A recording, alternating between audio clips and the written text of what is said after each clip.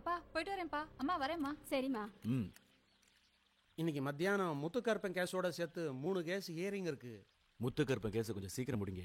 நம்ம வேகமா தான் இருக்கோம். போலீஸ் தான் போட்டு எடுத்துக்கிட்டு இருக்காங்க. அவங்க சைடு வீக்கா இருக்குல்ல. ஐயா, என்னடா பத்திரிக்கையில உங்க படம் வந்திருக்கு. என்னன்னு வந்திருக்கு? தப்பா எழுதியிருக்காங்க.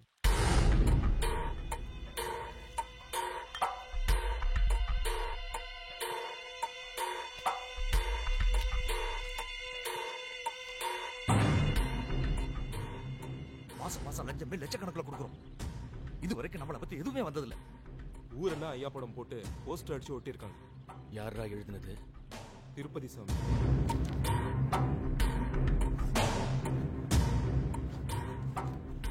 கூட யாராவது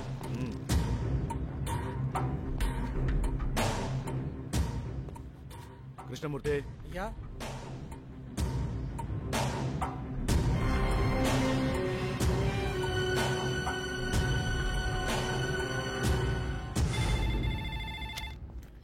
ஹலோ திருப்பதி. நான் திருப்பதி சாமி தான் பேசுறேன். நான் சின்னத்தனம் பண்ண சிங்கம் பெருமாள் பேசுறேன். சொல்லுங்க. உங்களை நான் சந்திக்கணுமே. சந்திக்கலாமே. நான் காலையில் 9 மணிலேருந்து 6 மணி வரைக்கும் ஆஃபீஸ் தான் இருப்பேன். நீங்க ஃபோன் பண்ணி எப்போ வேணாலும் வரலாம். நான் உங்க ஆஃபீஸ் கீழே தான் இருக்கேன். நீங்க கீழே வரீங்களா இல்லை நான் மேலே வரட்டுமா? வரேன்.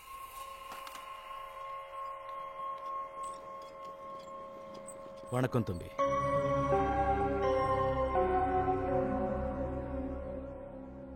சின்ன பையனா தான் இருக்கீங்க. வயசு 27 இருக்குமா? 28. நான் முத தப்பு பண்ண ஆரம்பிச்ச வயசு. அதிலிருந்து எல்லாமே தப்பு தான். இப்போ கவர்மெண்ட் கான்ட்ராக்ட்ல இருந்து கட்ட பஞ்சாயத்து வரைக்கும் வேற வேற தொழில் நிறைய இருக்கு. எப்பவும் நம்ம ஆளுங்க 10-15 பேர் உள்ளே தான் இருக்கான். அவ்வளவு தப்பு பண்றோம். தப்பா யாரும் எதுவும் எழுதுனதில்லை. நீதான் முதல். ஆனா தம்பி, நீ எழுதியிருக்கிற மாதிரி சின்னத்தனம் ஒன்றும் இல்லை. எல்லாமே பெருசுதான். இப்ப கூட நீ படம் பிடிச்சு போட்டிருக்கிற பில்டிங்க இடிக்க சொல்லிட்டு தான் இங்கே வந்தேன். இந்நேரத்துக்கு இடிச்சிருப்பாங்க. என்ன தம்பி ஆச்சரியமா இருக்கா? நாம பண்ண தப்பு ஊருக்கு தெரிஞ்சு போச்சுன்னா நாம திருந்திட்ட மாதிரி நடிச்சிடணும். இல்ல நீ தோண்டி தோண்டி எழுதுவ. அப்புறம் ஆக்கிரமிப்புல நான் கட்டின மொத்த 36 பில்டிங்கும் தெரிஞ்சிடும். இப்போ எல்லாமே முடிஞ்சு போச்சு. நான் நல்லவன் ஆயிட்டேன். என்ன நீ எழுதினதுனால எனக்கு 2 கோடி ரூபாய் நஷ்டம். 4 பக்கம் எழுதி என்ன 2 கோடி ரூபாய் நஷ்டப்பட வச்ச ஆளை பார்க்கணும்னு நினைச்சேன். அதனால தான் வந்தேன். ஏன் எழுதினேன்னு நான் கேட்க மாட்டேன். ஏன்டா எழுதினோன்னு நீயா வருத்தப்படுவ. நாம மறுபடியும் சந்திப்போம். வரேன் தம்பி. கண்டிப்பா சந்திப்போம் சார்.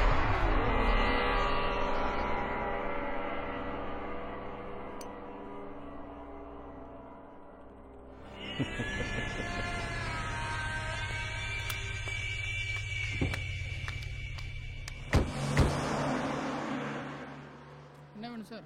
காஃபி. 2 காஃபி. ஓகே. ஆபீஸ்க்கு மட்டும் ஓடுவேன். இப்போ கல்யாணம் வேற ஆக போகுது. இனி உனக்கு கையில பிடிக்க முடியுமா? இனி இந்த பக்கமே வர மாட்டான்டா. என்ன? கூட ஒர்க் பண்றவங்க உன் கூட என்ன பார்த்தாங்கன்னா கேலி பண்ணுவாங்க. சோ யாரும் பார்க்கலனா மேல கை போட்டுக்கலாமா? உன்னை பார்த்தா காதலிக்கிறவளை கூட்டிட்டு வந்த மாதிரி தெரியல. ஏதோ தள்ளிட்டு வந்த மாதிரி எல்லாம் நடந்துக்கிற. அப்படிலாம் இல்ல. அப்ப யார் பார்த்தா என்ன? மத்தவங்களுக்காக எதுக்கு நம்மள மாத்திக்கணும்?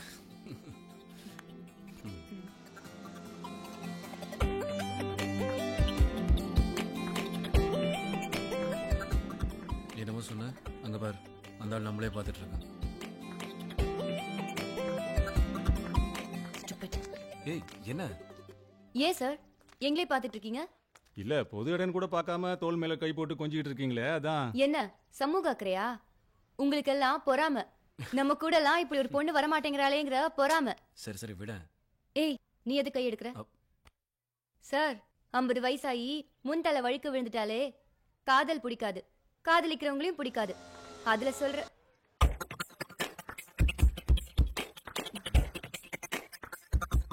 என்ன என்னாச்சு?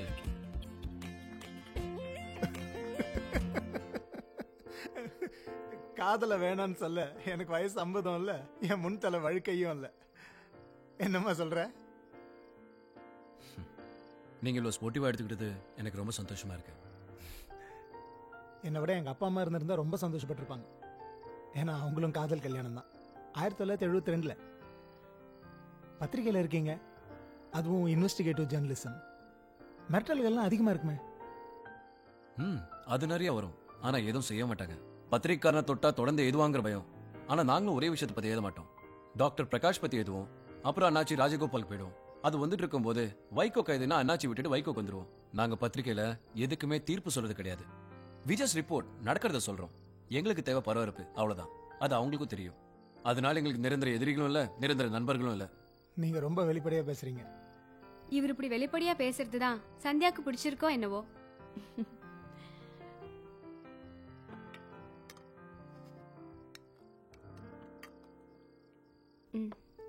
போதும் இன்னும் கொஞ்சம் போதும் போதும் சந்தியா. விடு சந்தியா, அவர் என்ன சின்ன பையனா? வேணா வச்சுக்க போறாரு.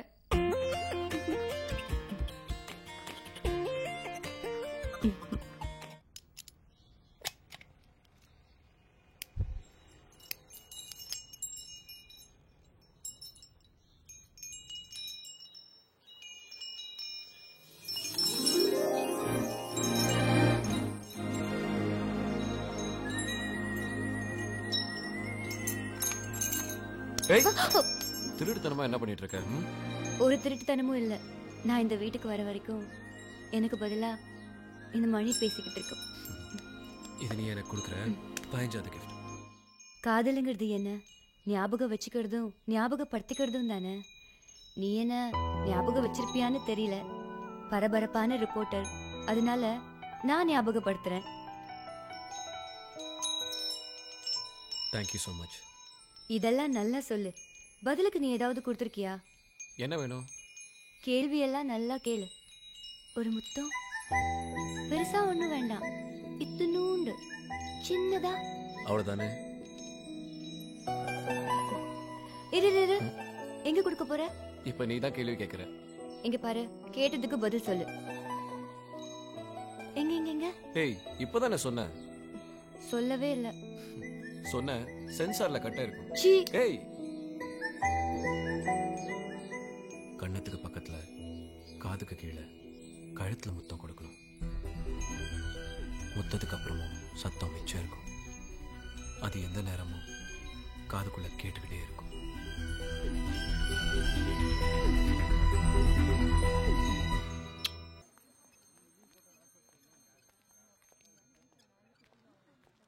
அதை கண்டிச்சுலாம் தலையங்க எழுத வேணாம் சார். கவர்மெண்ட்னா அப்படிதான் இருக்கும். எந்த கவர்மெண்ட்டுக்கு அப்படி இருக்கு?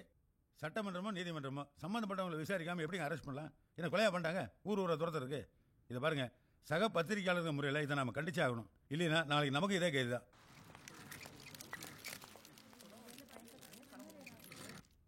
உரிமை மீறல் சொல்லி பத்திரிக்கை அரெஸ்ட் பண்ணலாம்னா எது உரிமை மீறல்? மந்திரி கோபமாக எழுந்தாருன்னு எழுதுறது தப்புனா மெதுவாக எழுந்தாருன்னு எழுதுறது கூட தப்பு தானே? இந்த கேஸே நிக்காது சார். இப்படிதான் ஏற்கனவே ஆனந்தகுடன் ஆசிரியர் அரெஸ்ட் பண்ணாங்க. கடைசியில என்னாச்சு? கவர்மெண்ட் தான் நஷ்டீடு கொடுத்துச்சு. ஏக்கா சுண்டலன்மாக்கா? வேணாம்ப்பா.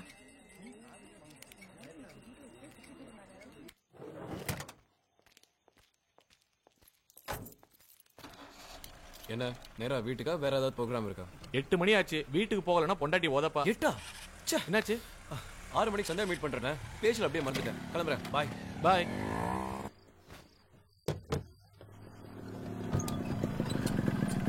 சாரி சந்தியா, இந்த வாரம் இஷ்யூக்கு தலையங்க மேதறத பத்தி டிஸ்கஷன், அதான் லேட் ஆயிடுச்சு.